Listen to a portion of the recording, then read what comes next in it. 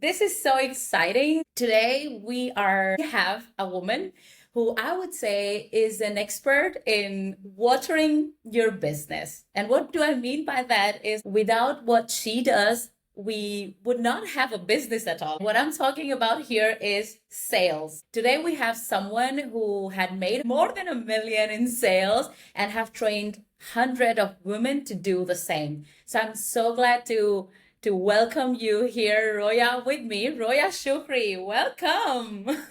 Thank you so much, Son. I'm so excited to be here and just to be able to provide more value and water some more businesses. That's what we do, right? It's amazing. Let's do it. So first of all, I would love to know, how did you get here?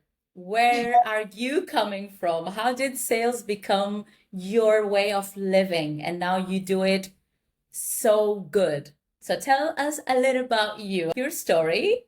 Thank you so much. So, when I was younger, I always used to say, we always had those adults that would ask you, what do you want to be when you grow up? And I remember always saying, like, I just want to be able to talk to people. And I remember these adults like, well, that's not a job. And I think it kind of imprinted in my mind, like, I'm gonna prove them wrong. I'm gonna make money off talking with people. So when I grew older, I started in sales in 2017. Just moved to this big city and I was walking around with my application in my hand that I had printed out. And I went to like all random stores because I was like, it's a big city. Let me just try to get a job. And I went into these stores, and in that time, they had just changed the rules in Denmark. So they said that I cannot come in with a physical application. But I did it anyways, right? Because I was like, I want to meet the bosses in there. And I went into this random purple store and it had these phones and tablets. And I just came in like, hey, I just want to talk with you guys. Do you know where the boss is? And everyone was like, that was just like a 17-year-old girl. I came Like, out. where are you coming from, right? It's so funny. He came out. He was like, yeah, I heard you want to talk with the boss. Like, yeah, I have my physical application. I want to work here. And he said, well, we only take applications online. And I told him, like, don't you want to meet me? Instead of me writing that I'm a positive person, don't you want to meet me in real life? And in Oh, that, that's in that, so good. yeah. And he looked at me. He's like, okay, let's get a coffee. So he sat me down. We had a coffee. I didn't even know what the job was about. It was so funny, but it No way. job, And I just feel like that was like so like meant to be. God was like writing that for me, like this is what you should do. So it was a sales job. I got the job 1 month after I got the sales job. The boss had a conversation with me and he was like, "Look, this is not for you." I just looked at him like, no. And I didn't know anything about sales. And there was not really anyone teaching me. He just told me to like look at what the others are doing and just learn to do the same. So I didn't really learn sales. And he's like, look, you're not made for sales. You should just go get another job. Like, this is not for you. And I was like 17. I was like, no, I need this job. Like, I just came to this big city. And then I was like being a little, weird again. So I just told him, like, no. And he was like, Raya, I am firing you. I told him, no, you're not. I'm going to prove you wrong. And I think this prove you wrong kind of thing has always been in my mind. Like, if someone told me that I couldn't do it, I was like, "Mwah, let me show you that I can." And after Wow. that, sales has just been like my life because I started to work on my mindset. I was in high school at the time. So on my way to high school, I had like a 30 minutes drive. I would sit and watch YouTube about sales. And back then it was like sell me this pen kind of, And so I just remember Right. doing that. And then I became like top of the team and I just like became super obsessed with sales because I realized it was about true communication and making sure that you're connecting with people. And that's what I always love to do the most. So that was a really long story. Wow. No, but that is amazing. I love to understand like why people do what they do. And you were so young, like at 17, you were just going around and saying people, you know what, you want to hire me and I'm going to prove you why. So that shows a lot of confidence. So good for you. And I think for sales, it's like really good quality, right? Because a lot of us maybe feel shy or not confident enough. So that's what I would like to talk about a bit more. Like, where does the confidence come when we are trying to sell something, right? Because I think it can be different aspects, and I would love to know what are your thoughts as an expert. But I always see with my clients that most of the time is because they don't feel sure enough about their own service or their own product, and they feel like, you know what, I have to go and be more very aggressive to make the sale. And it's like, if you feel confident about what you are selling and you really believe that what you do can really help other people and can make an impact in whichever way, you don't feel like so pushy. So that's what my experience tells me. But I would love to know from your perspective, like, where does the confidence come from? Well, I would say back then I actually like the I did this without the maybe I had the confidence, but I had a lot of things in my backpack, right? Like I had a lot of anxiety as well. Like I remember in the first month I was like stumbling over my words, even like transitioning from normal sales to high ticket was like a big step because then you're not just selling like phone subscriptions anymore, you're selling real transformation, right? And if we're talking about that kind of a sale, and I know this sounds really weird, but it is easier to sell a real transformation than just a phone subscription. Okay, like that Oh, really? transition is so big because you are selling a transformation for other people.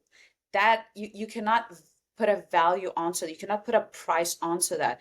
You cannot kind of like push that and be aggressive with that because you're selling a transformation.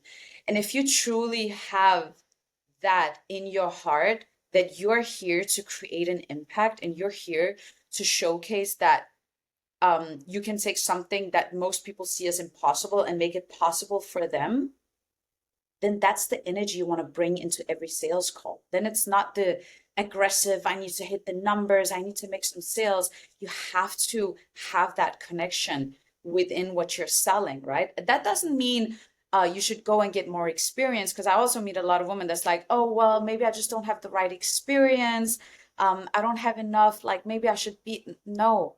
If you can help just one other person, that is enough. And if you can bring that energy to all calls, and to some people also tell them, look, I don't think this is what you're looking for. I'm going to send you over to someone that can help you. I've done that also because I bring that energy. Then the next one that comes in can feel that I'm very, very genuine and actually wants to buy, right? Because then the Yeah. filters are down, like the blocks are down, everything is down. We're being ourselves, right? Yeah, I think that is so important what you just say, that knowing that we are not for everyone is also okay. And when you take that pressure off yourself, like you don't have to sell to everyone. Maybe if you're having 10 calls, 10 sales calls, if you close two or three, that is like great. You don't have to close the 10. Yeah, number wise is great conversion rate, right? But sometimes we have this pressure of, okay, I have to close all the deals or I have to help everyone. So for example, when I work with my clients, I work with the messaging and the copywriting part, which I think a big part of that is making very clear what the transformation they are going to create for their clients, because sometimes they are not even sure about how it's going to be that transformation. And I also do a lot of mindset work with them. Like, you don't have to sell to everyone. We are going to pick uh, the people you can really help with. You can really help, right? It's not, I want to help everyone, because maybe you can, but to communicate with everyone is kind of impossible. I always say I cannot speak the same way to a girl who is 25 years old, who is living alone, or she's single with no kids, in the same way that a man who is 45, who is married, who has kids, who is a CEO. It's like the communication, their needs is completely different. So we cannot make all the messaging to connect with everyone, right? So this pressure, I think, is amazing that you said, like, we need to take off the barriers, we need to take the pressure off on us first, so that we can go to the calls lighter. Exactly. And it's also like the courage to just, I think this goes down to, because I always say when we are in sales, all the insecurities that we have comes up. If you're insecure about being seen, it's gonna come up. If you're insecure about being rejected, it's gonna come up. Or if you're insecure about being judged, it's gonna come up. So it's really like, for me, it was really the courage to be disliked. Because I've always been like, if we go just a little deep, I don't want to go too deep, but if we just go a little deep, I've always had a very people pleaser energy, right? Like I wanted to be liked by my parents, by the people around me, by my friends, because I had to move so many times throughout my years. I think I've lived 23 different places, right? And Wow, that's so many. I've lived in a lot of places in Syria. I've lived a lot of places in Europe. I'm a refugee, right? Like I had to kind of change that all the time. And every time you get into a new environment, you want to be liked, right? Because we're biological human beings. We want to be liked, or else we're gonna get rejected of the community. And biologically, that's not good for us, right? So I've always had that kind of a people pleaser energy. So when I started in sales, I really had to learn the courage to be disliked, the courage to be rejected, right? Because that's what it is. You have to be okay with rejection. And now, like in my mind, every time I get rejected, I'm like, yep, redirection. That was just like, I'm always moving. There's always movement. But sometimes it's just like, oh, no, we're going to go to the left. Nope, we're going to go to the right now because that's redirection, right? So it's really the courage to be rejected has something to do also the courage to be disliked, because you just want to help everyone. And I think a lot of coaches, and I need to say this, I think a lot of coaches is there to create a change because they've had this energy, they wanted to change something in their life. And I think it's amazing that we can get out there and create a change in the world, but we have to be okay with getting rejected. We have to be okay with getting disliked. Yeah, Ooh. that is that is great actually, and I totally agree because I have felt this way all like a lot of time when I have a background in sales too. When I started like when I finished my university, I started in a company and I went to a sales department and I was like doing the sales and I was doing like cold calls. I I did like every day I was doing like, I don't know, 50, 60, 70 calls a day. And most of them were like, no, we are not interested. No, we are not interested. No, we are not interested. And That teaches I us. always, that made me the person I am today, to be honest, because that prepared me for the rejection at so high level. Like it was like most of the time it's gonna be a no, but you need just one or two yeses enough. And if you get those, you're good to go, right? That month you made your objectives, your goals, and that's fine. But how do we deal with that? Because that I have felt now that I have my own business, the feeling of rejection and taking it personally for me now is more difficult than it was when I was working for this company, right? It was like, no, I'm not interested. I was like, okay, fine. It's not mine, like I'm just here to work. I'm going to get paid anyway. But now that this is my own thing, my own business, when I have a meeting and I have a sales call with a client and they say, you know what, this is not what we're looking for, that's fine. I'm like, yeah, that's okay. But I still kind of sometimes can feel this thing of maybe I'm not good enough, that I am not good enough yet feels like it is kind of very common. And I see this all the time among my clients too. So, how can we handle like maybe some practical things or what can we say to ourselves in those moments that can help us redirect, as you said, our energy. Yeah, definitely. So this might surprise you a little bit, but I don't want you to push that feeling away. Like I Okay. really don't want you to push it away because Tell me there's some, more. yeah, I will tell you. There's something, and I learned this through my PTSD, but I will tell you. This works amazing, okay? And everyone that I've taught it to, they're like, "Oh my God," it kind of changes. So every time we get this feeling in, the more we try to push it away, the more it will try to be in your brain. It's like if I told you, son, don't think of a red elephant. You're thinking of a red elephant, aren't you? Cannot help it, right? Can't help it. It's because when we try to push a feeling away and we tell ourselves, no, I don't need to think like this. I should be more positive. I should take rejection.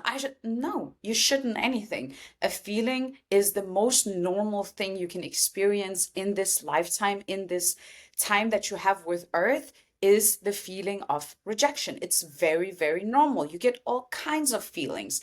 And as much as you appreciate the moments where you are happy and you're feeling satisfied, you're getting a sale, the other feelings are going to come as well. And the more we try to push that away, the more it's going to come right back at you. And it's going to even hit you way harder when you push something away. So, what I like to do is I like to be in the feeling and I like to just stay there and be like, okay, this doesn't feel that good right now, but it's there. I'm gonna let it be there. And I literally tell my feelings this, and I know I sound a little bit weird. I talk a little bit with myself. I tell myself like, okay, you can be there. Like I experienced, like I just imagine this bubble. I'm like, yeah, you can be there. I'm not gonna poke you. I'm not gonna push you away. Stay. I'm still gonna do my work though. Thank you. You can stay, but I'm still gonna do my work though. Because it's not gonna stop me, right? Doesn't mean I need to stop. I can carry on a little bit and then I'll let you go eventually when you're not that important because something else happened, right? But I'm not going to push you away. And I think that is so, so, so, so important because I used to have so many negative thoughts, right? Like I've experienced a lot of trauma from Syria and in coming to Denmark and all of these things happening at the same time. I had so many of those feelings coming in, but it doesn't help to push them away. And it doesn't help to force yourself to be happy just because you see someone else be happy on social media. Do you know what I mean? Like, we can't force it. So let's just let it be there for a while and then eventually we'll let it go. Yeah, I think that Does is that make so, it sense? does actually. I've been doing like a lot of therapy and all these different things during the last 5 years, and this is something I learned in other aspects. Like, you cannot push away something you're feeling because it's gonna make it worse. So it completely makes sense what you just said. And I think it is a really healthy way of seeing it. It's like, okay, this client tell me they're not interested and I didn't close the deal, but okay, and I feel a bit down today. I feel like, I was counting on this deal and I won't make this money to this month, or I don't work with this brand that I was looking forward to. But it's like, okay, you know what? I'm gonna let myself be a little bit easy on myself today. I'm going for a walk or maybe do something that keeps me a little bit more, make me a bit more happier. A walk, bubble tea, or going to the gym, whatever works for you, right? But I think a lot of business owners are doers, right? So we want to do something about it instead of let Yeah. it be, right? And Yeah, that kind of me, I comes, am doer. yeah, me too. And that sometimes, clashes with like being feminine and just be, like it's hard to just be, especially as business owners, right? So what I like to do is like we can be, or we can also say, okay, is there anything I can do to actually make this better next time? Right? Doesn't mean that I have to just take um like the rejection as rejection and just a feeling. We can also say we can also analyze, right? But have a very detached feeling to it. So it's like for me, what I like to do is like, okay, the sale didn't go through. What I'm gonna do is I'm gonna go for a walk. I'm gonna let my brain just breathe right now, listen to some nice music, be good with myself. I'm gonna come back and then I'm just gonna spend 15 minutes going through my call again, see if there's anything I could have done better. And I'm gonna only give myself 15 minutes because I don't want to obsess over something. I'm gonna give my 15 minutes, write down if there's something I could do, then go for a walk again, and then reflect over, okay, this is what I will be trying to implement next time. Make That is so sense? good. Yeah. Yeah, that is such a good advice, and I'm sure that everyone who's listening will be like, never thought of that. I'm gonna do that. And what do you think about like having maybe a script or maybe a kind or a structure of a script? Because when it's a conversation, you cannot make it very rigid and see like I'm gonna do this and say this and this, but you can have a structure like what are the objections gonna be of your client, so how can I deal with depending on the objections that comes up in the call.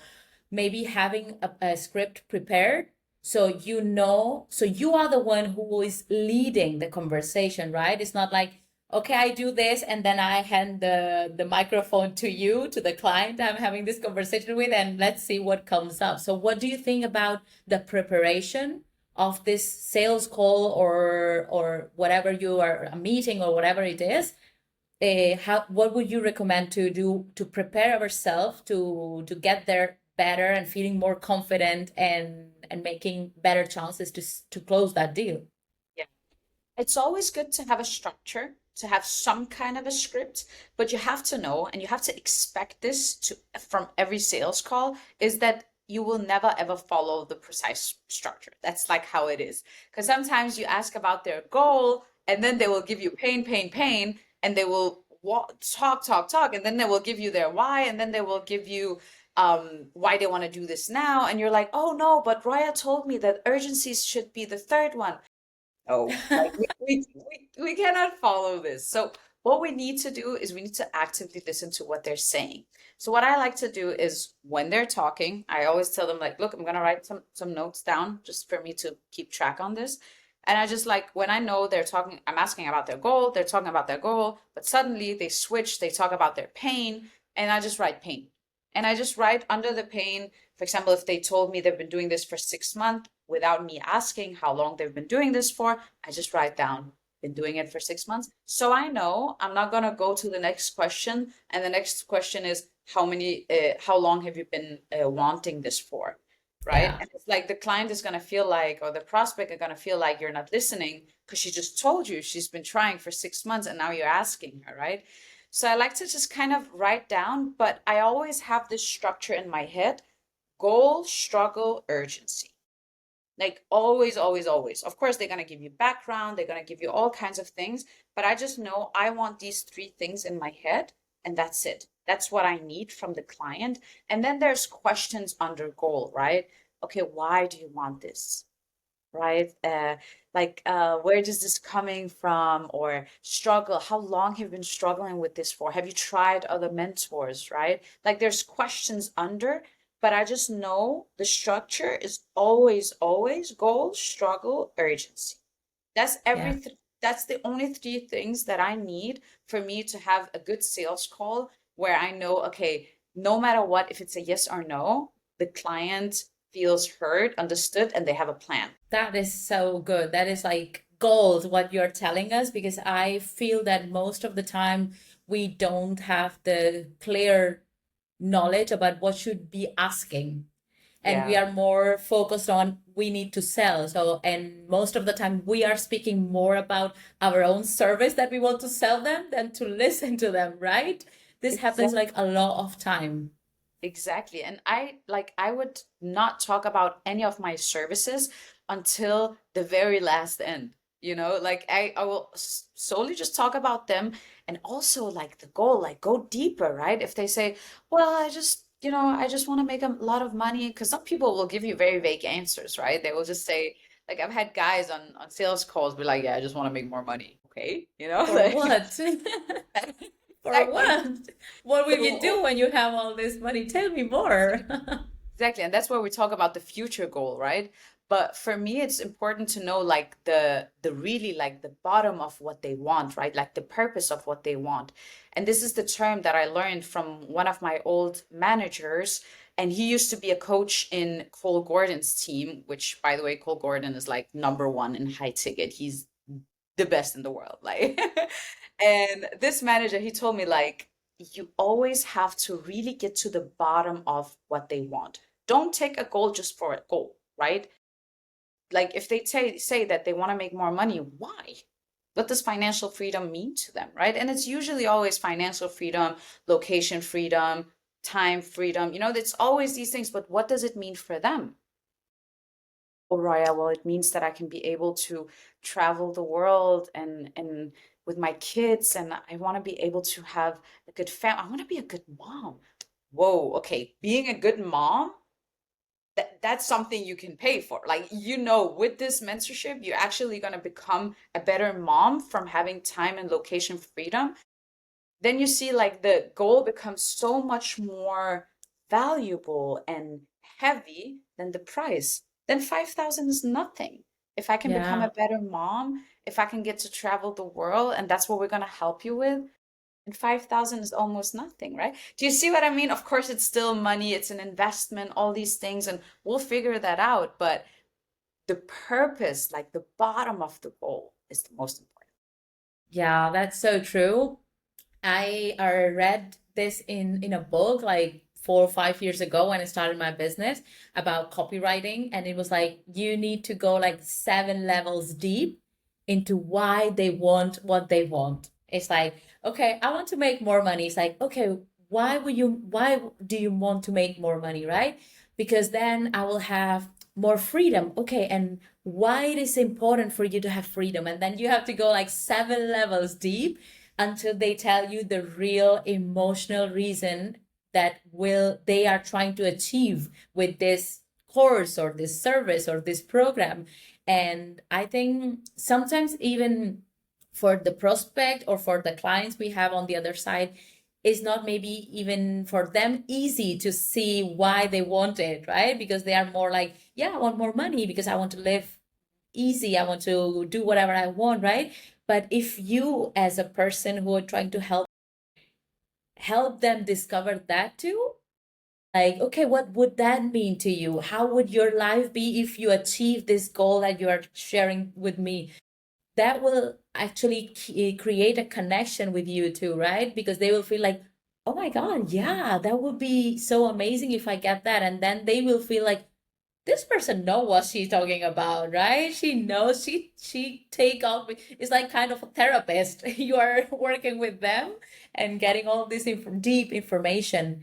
That's So why sales is so amazing, right? Because you really get to go to so deep levels with them, and that's why I always say, like, for me, it's a sale if the person has figured out what they want now. If we made a plan together on what they want, and trust me, I've had the best follow-up rate because people would come back and say, Roya, that was truly amazing. Like, I'm ready now. Like, I am actually ready to join because we would always make a plan together. Like, you're not gonna leave here if we don't have a plan at least. Okay, you're not going into the program today, or you're not taking my services today, but I want you to go out there and have a plan in your hand because now you know what you want, right? And most of us, like, let's be honest, we don't really get to have that time with someone where we really go into deep with them, right? Like every time I jump on a sales call, I realize so many women, because I've worked mostly in female teams, so many women don't have anyone that asks them these questions, right? And it kind of like blows their mind, like, yeah, that's what I want. Like it's the first time they've opened up that box, right? Which is yeah. amazing. You get to be a part of that process. Yeah, and also I think that is because sales always has this connotation with itself, like it is pushy, it is aggressive, and someone wants to sell me something that I don't want. So we always go with our seeing like, what are you going to sell me? Because I don't want it. It's like in Spain, like for example, sales is very related to the phone companies that used to call you during la siesta time when you're having your nap, they call you to sell you, we have this promotion and you'll be very interested. Like, you know what? Leave me alone. So it is very related to this kind of things, this kind of feelings that creates rejection. So, but I feel like there is a change in that. And if we uh, do sales and we see the sales as people who are selling because we have businesses from a perspective that we are trying to help someone, and we are not here to help everyone, like as we said at the beginning, right? And I'm going to tell you honestly, if this is not for you, I'm going to tell you, like, you know what, I don't think this is the right fit for you right now. Maybe you can try and you can recommend something else, right? And that will probably, maybe even this person doesn't work with you, but that experience will make them to recommend you to maybe another person, right? This happens to me in the past, and I felt really grateful because if I've said no to a client because I saw that I wouldn't be able to help him or help her, that client sent to me some other person because they say, you know what, I didn't work with her, but she's great and she does this, and she can help you. And they recommended me to other people, and it was like, wow, this is amazing, right? So yeah.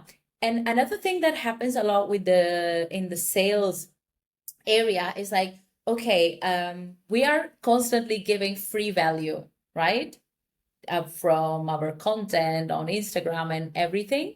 But when it comes to selling a high ticket or rising prices for women, especially because I, like you, work with women mostly, we feel like, oh no, I shouldn't be, selling this high prices, or no, I don't want to go that high. I keep it low because there is a fear of selling something high price. So how can we handle that if we want to rise our prices, or we are selling a high ticket, to not to sabotage ourselves and go lower?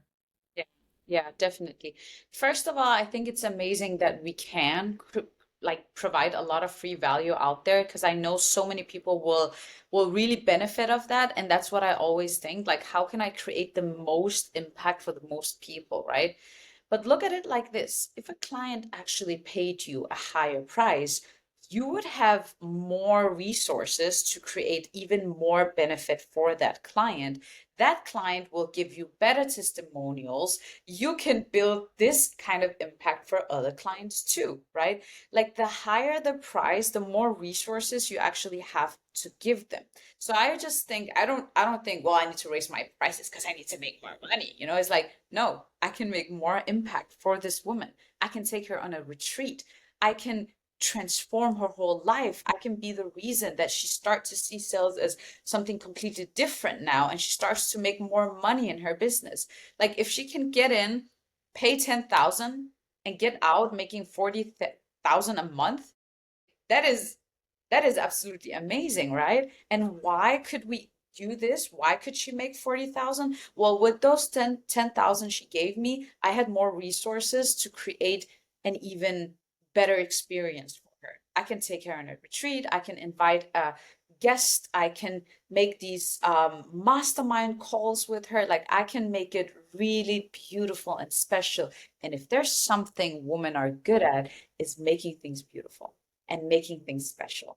So I feel like we should just like really try to see it as a process where we can make things even more beautiful if we raise those prices, right? So it's not just about, yeah, bro, we need to just make more numbers, we need to make more money. Like it's not this kind of energy. It's more like, no, if I can close a bigger client, I can make sure that I can create something even more beautiful for her. I can fly her out to Spain and we can go to a retreat in Marbella, and we can do like a whole, like, do you see what I mean? Like all of these things. And I can really give her what it is she needs because now I actually have the resources. Yeah, that's so true. I think that change of perspective, it's really helpful. It's like seeing, no, like I want to make more money, but I will have more resources to be a better provider for whatever I'm offering. And speaking of like this is another thing that comes up a lot, right? It is, okay, how do I find, or where can I find the people who are ready to pay the big bucks?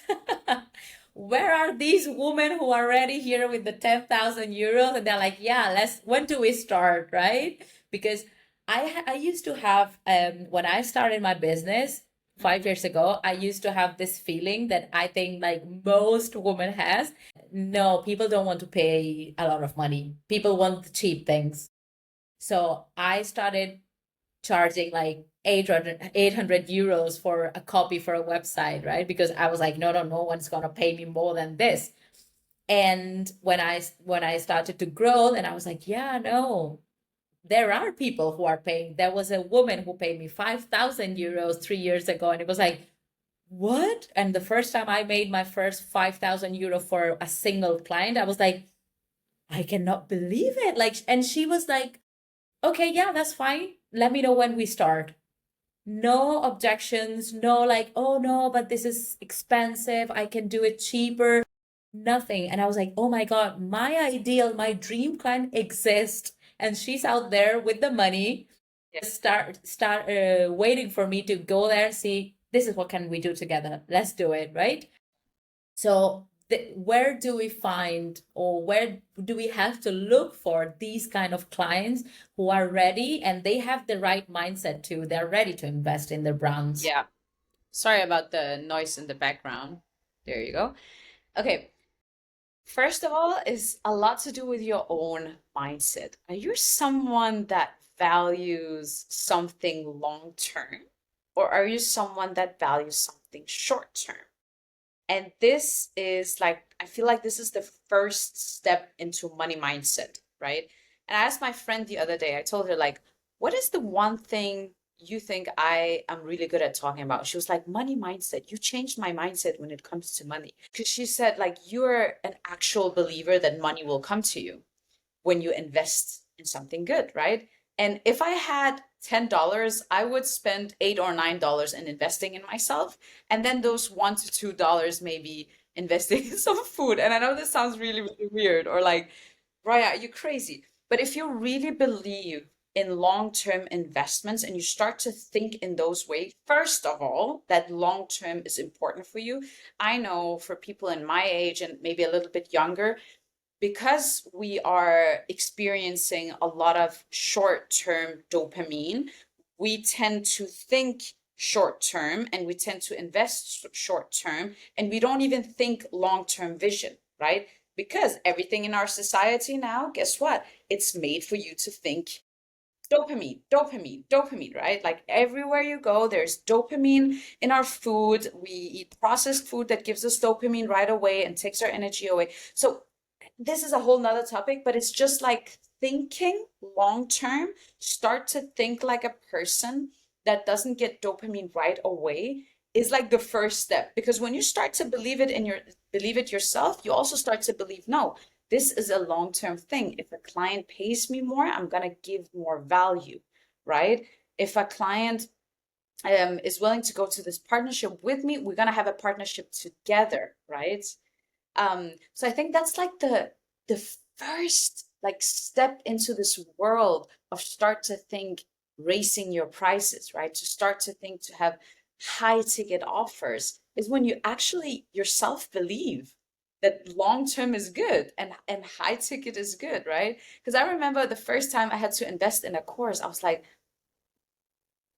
that's a lot of money, and it was like, and I was very lucky because I had a partner at the time that was like, it's an investment. Like that's literally the first thing he told me was like, what do you mean? It's an investment.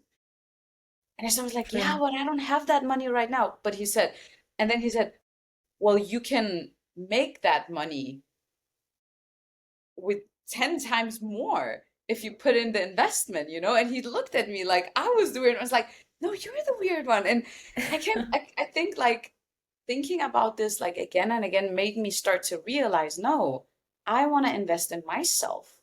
I want to invest long term in myself. And then I started to believe people will also invest in me long term. Yeah. Yeah, I think it is great that you say that because it's like, I'm someone who believes in the energy a lot. Like, I think we all have an energy, and when you have this energy of value for yourself and you do the investments for yourself to learn, to improve, to progress, to take care of yourself, you will attract the same kind of people, Exactly. clients, colleagues, partners, whatever. But It's if you are cheap with yourself first, you're like, no, I'm not going, I'm just going for the free things. That is, it can be okay to start with, you know, of but course we all there, start somewhere. exactly. But as you grow, you see that, okay, no, I need to do a bigger investment. I need this course that is better than the one I did before. So when you start to invest in yourself, your energy transforms as well because you're learning that too. And then as you transform, your energy transform, you attract and connect with the right kind of people too who are ready to invest. So I think that is such a beautiful thing that you said, that it all starts with ourselves and our mindset and our energy, and if we are putting the right mindset here, we will definitely, because I believe also that when your energy is in whatever it is, your communication and the way you express things is aligned with that energy, right? If I'm stressed and I'm a scarcity in my mindset, I'm going to communicate in that way. You will feel it, even though if I'm not saying the words, you will feel it. But if I am kind of relaxed and I believe and I'm doing the work and I am trusting myself and I'm doing the courses and everything needs to be done, I'll be relaxed and trustful. So my energy will transmit that. And then people who's listening, exactly, people will listen in with, they'll say, you know what, I feel connected to her. And they will be more ready to work with you. At least that is my belief. I'm, of course, I don't have proof, scientific proofs about that, but I do believe in the Like energies. it's like it's the first step, and that's why like I could also give you practical advice, right? But if you don't have the mindset, it's not gonna take you far, right? So the first step is always the mindset. But I would also say the next step is when you have that kind of vision and you invest in yourself and you think long term with everything in your life. Of course, we can't think about it with everything, so don't be too hard on yourself. But when you start to have that mindset, the next step is like, okay, well, what is it that actually works, right? Okay, I want to attract higher paying clients. How do I do that? Right? How do I position myself as someone that would attract higher paying clients? And it's like you've probably heard the saying like, ah, there's no good men out there. How do I find the right man? And I think it was my mom who told me like you have to become the right woman, right? You have to, Wow. right? You have Wise to woman, your mom. wise woman. Said you have to become the right woman, right? So it's like, well, I don't want to be a right woman for just a man. Like, I'm good as I am. Like, that's not what it's about. You have to work on yourself. You have to love yourself. You have to really like make sure that you're positioned, just like a personal brand, you're positioned in the way where you have really worked on your brand. Because let's be honest, if you ask yourself, are you posting every day? Are you posting 5 to 6 stories every day? I like when you start to ask these questions to yourself, it's like, oh, actually, not yet. Well, when you start to do that, you will have more data to look at, and then you can tell yourself, okay, I can go this direction, I can go this direction to attract more of the right people into my brand. But we can only do that when we have enough data. If you start posting, if you start to put yourself out there, right? True. That is, yeah, that is completely, I agree. It's like when you start doing the work for yourself first, then you can analyze as well. And you mentioned this positioning yourself, which I think it's key, especially if we want to attract the high paying clients, right? Because I'm more in the verbal identity and the copywriting and the verbal communication aspect, but I agree totally that if I see an Instagram or a website which is like kind of, not very nice, and they don't have the right communication, or they are talking about a lot of different things, it gives me the impression of they are not professional enough. So in my mind, I will be like, probably they are cheap, because I associate, like, if you're not doing a minimum of taking care of your messaging and your visuals, and I see you're consistent and what you say and everything, I'm going to associate you probably with a cheap pricing.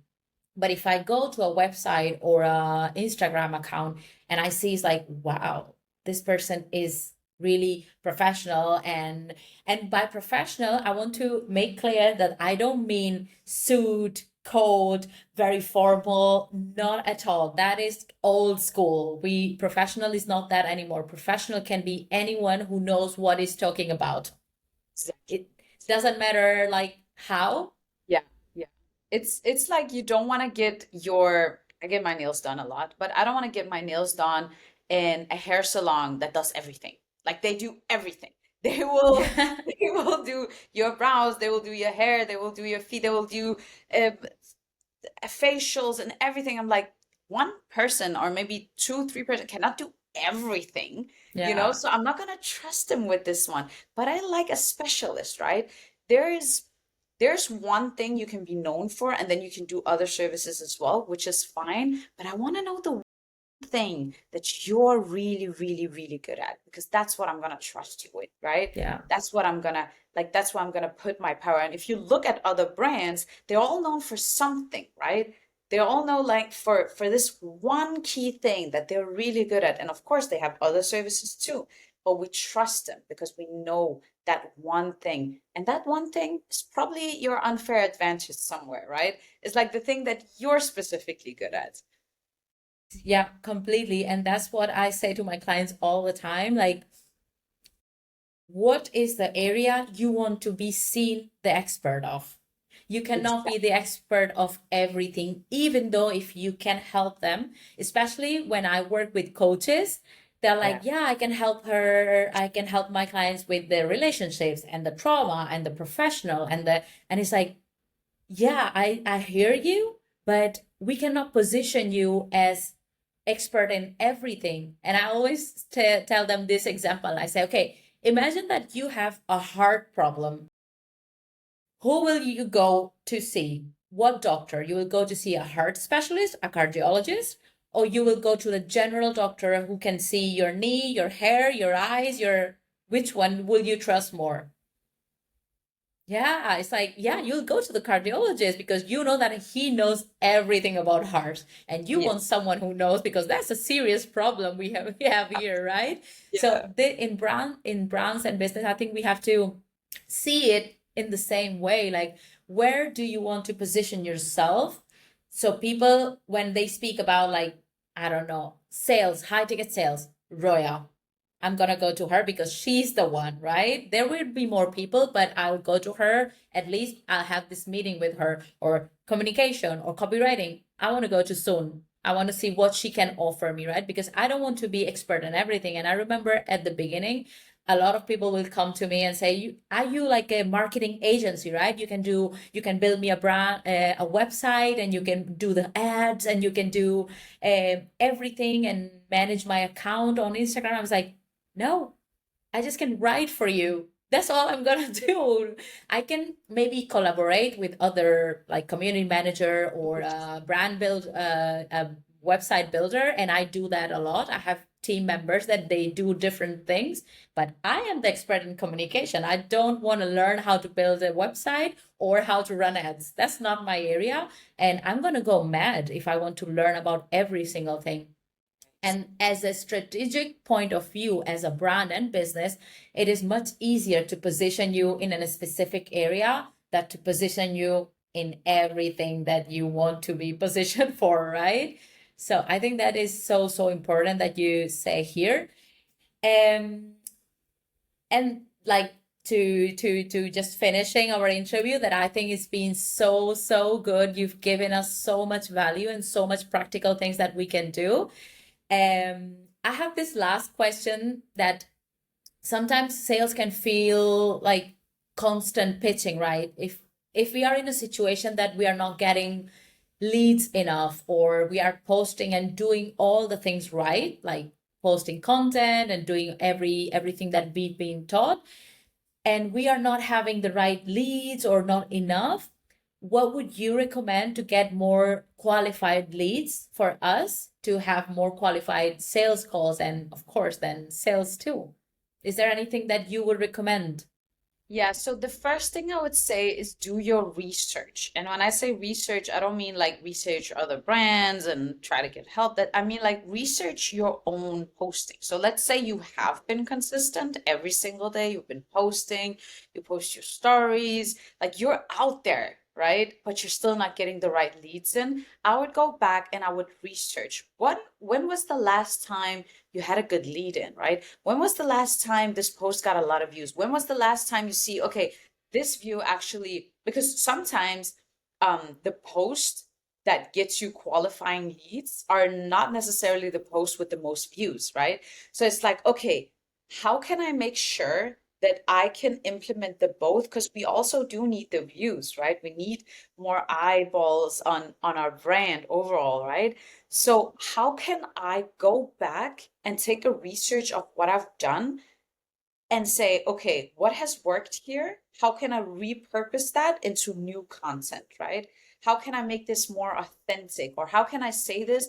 Let's say you had a good video that got you two good leads in, right? And you closed one of them, which is great, right? So it's like, okay, let me try to look back at this content. Can I repurpose this content in another way? Can I make it into a carousel? Can I make it into like a podcast format? Can I make it into like a day in a life? You know, like you can repurpose a lot of things. So if you go back and you have some data and you have research, you can go in there and take the good, then you can repurpose it, right? And then you're going to have more research and more data. But let's say you're someone who are getting leads in consistently, right? And that's actually not your problem. Like you are getting leads in, but you're just not closing. And maybe you're telling yourself, they're just not qualifying leads, da, da, da. But maybe they actually are, and you're avoiding a little bit. I want you to go back and I want you to listen to your sales calls. Are you going deep enough with them? Are you focused? Is there something you avoid? Did you avoid being silent after you said the price and you started to over explain yourself, you know? Because we sometimes do that. Yeah, it's gonna be $10,000, but I'm gonna do this and this and this. No, gonna be 10,000, then shut up. Right. Shoo. So Because would I'm you recommend to record the calls that we are doing so you can study always, them, right? always, even if you're someone, if we go back to the first step, even if you're someone who only have like one discovery call a week, record it. Okay, like it's so so so important, especially if you're someone who doing discovery calls and then afterwards you're doing sales calls. You're getting so much knowledge from these discovery calls, and sometimes a sale is through because you watched the discovery calls two times extra, you took notes, and you feel super prepared because you remember what you guys talked about in the discovery call, right? So always record. Like that is first thing because you're gonna get so much knowledge from that. True. Yeah. And this a question just reminded me a few last week I was working with this client and she was trying to sell it was a mid ticket. It was like I think 700 euros a program. And she was asking me like, I don't know if it is better to lead the people who are getting to the website to the checkout directly, or I should have them to arrange a meeting so I can have the call with them and try to close the deal. And I what I recommended her is like, if it's the first time you're trying to sell this program, I would recommend you to go one to one on the calls because you will learn a lot of the prospects, why they're there, what they're looking for. And if that's something you've been doing for years and then you know your audience and everything, and you know that it's going to be sold like on a checkout, like or on a Stripe link or whatever, do that. So, what would you recommend in that situation? So I would never have any prices up in any websites. Like I would Mm-hmm. not, if you have one program and maybe like two or three different packages in the same program, I would not have anything up unless Okay. you have like a low ticket offer, but it's a funnel to get into your high ticket offer. Then I would just Mm. have it online, right? So let's say, for example, the 700 was her low ticket offer, but it's a funnel, for example. So she's they step into this low ticket offer. After some months, they've gained the value and they know more and they feel ready to get mentorship. Then they have a call to get the high ticket offer. Okay. But if her prices is like maximum, but what is her prices maximum of? I think that was her only program right now because then she was doing one-to-one and they are like hourly sessions. So this was her program, yeah, like kind of high ticket thing for her. Then I would just jump on calls and not just have it like a checkout, especially if she's still like starting out and she don't have any high ticket offers. Make her jump on calls with people because this is, as you said, where she's gonna learn the most because that's literally her audience giving her content ideas, giving her pain, giving her all the things she needs to actually implement into her packages, but also she's going to close them way better by having a call with them. Now, I'm not saying this should be like a 2 hour call, but definitely like jump on a call with her and then see what it is she's looking for and if you can provide that to her. And Yeah. then let's say, for example, the woman says, well, I want to have someone that I can work with long term. I want one to one, da da da da. Then you know, okay, maybe she needs a bigger package and she can like create this package for her, right? Because she's the coach. That's the nice thing because I remember being a high ticket closer for Christina and I've been a closer for I don't know if you know him, but Ashton Hall also. And I just remember being like, "Ah, I wish I could change this and like do this because I wanted to give it to them, right? But you're the coach. You can decide how you want to change the packages, right? If there's Yeah. something extra you want to give her, you get to do that. Yeah, true. And in the same call, then, if you see that it's not the right fit for your high ticket, maybe you can offer them a downsell or offer them something that they can pay that in that moment if the price is being the thing that keeping them not to buy, right? So yeah, definitely. So I'm glad I gave her the right advice. You did, definitely. You're amazing. So I knew you would give her good advice. Oh, thank you, Roya. So this has been amazing. The first interview, and you have put the, as we say, the listone so high. I'm so excited that we did this, and really, really thankful for all your time, your energy, which is beautiful, and all your content that you share with us. My last question, I'm going to make this tradition of these interviews. It's gonna be a more personal one. What would Roya Shukri say that is today her purpose? The first word that comes into my mind will always be impact. And that's because I want to be able to create impact everywhere I go. If it's a person that I'm meeting, if it's friends that I don't know, friends as friends, family, I've always been someone who wanted to create something that people will remember, that will make people start to think. I remember I loved writing when I was younger, and I always wrote like on Instagram and like I was really social back then, like I loved writing on Instagram even back then. And I would always write something that would make people think because I love making people think about something, right? But impact is my purpose word because I want to be creating impact everywhere I go. Even if it's a friend, even if it's girl, have I told you about the dates I have been on where after the date they would tell me I just closed the client and I'm like, wow, I love sales so much that I talk about this and I start helping random people I because love that. it I is love really that. about impact and it's about the passion I have around the impact. So I would say my purpose is to create impact no matter where I go, whether that's a call here, whether I meet someone in the streets that's like, hey, can you help me with something? Like, yeah, I'm here to create an impact. Because I know, and this is a little bit personal, but I'm not going to be here forever. I have a feeling like I'm not going to be here. I know it, first of all, but I have a feeling that I'm here for a really, really good time and I'm going to create as much impact as I can so that one day when I'm finished borrowing this beautiful body that God gave me, I will be able to still have a soul. And that's the most important thing because we're only here for a limited time. So we might as well come to this earth, make it better, leave it better, and really just enjoy the process. Even the rejections and the failures, it's all a part of the movie, right? Like you don't want to watch a movie where the person's just happy all the time. You want to see Yeah. them go through something, right? And I feel like God is watching a really good movie right now. So yeah. That is so beautiful. That is so beautiful. How can we support you? Where can we find you? Tell us all the places where people can connect and learn from you about Yeah. sales and all the impact that they can make. Well, Roya Shukri is my name, and you can search it on Instagram. My name is just my name, Roya Shukri. I don't have a company name. I don't have, you can just search my name and it's gonna appear on YouTube. It can appear on Instagram, on LinkedIn, on podcast as well. I have my own podcast that's called Beyond the Close, where I just dig deep into sales and business, and yeah, I'm just obsessed with it, as you know.